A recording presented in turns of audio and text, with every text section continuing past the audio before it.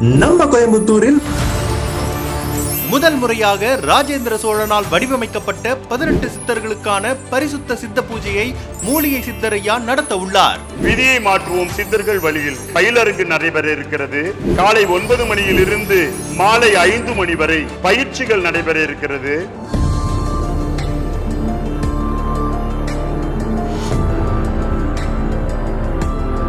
எப்படி உடம்ப ஆரோக்கியமா வச்சுக்கணும், மனதை எப்பொழுதுமே எப்படி சந்தோஷமாக வைத்துக் கொள்வது, ஆனந்த பெருவாழ்வு என்றால் என்ன, நம் பிறப்பின் ரகசியம் என்ன,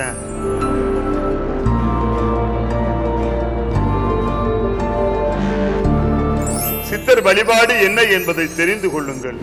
எப்படி சித்தர்களை வழிபடணும், விதியை மாற்றக்கூடிய வல்லமை சித்தர்களிடத்தில் எப்படி இருந்து நாம் பெற முடியும்,